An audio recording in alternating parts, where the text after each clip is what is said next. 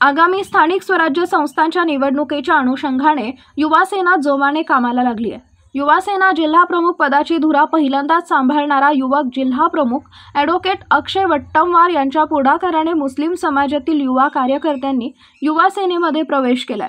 यावेळी बोलताना युवासेना जिल्हा प्रमुख अक्षय वट्टमवार म्हणाले की राज्यात शिवसेना पक्षप्रमुख उद्धव ठाकरे यांचे आदित्य साहेब ठाकरे यांचे हात बळकट करण्यासाठी नांदेड जिल्ह्यामधील 16 तालुक्यांमधील सर्व गावे, तालुके आणि शहरांमध्ये शाखा उभारणार आहे।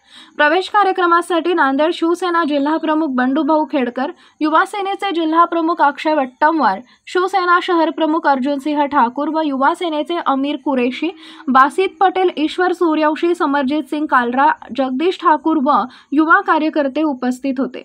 नांदेड जिल्हा प्रतिनिधी शिवाजी कुंटूरकर, शिवशाही न्यूज, नांदेड।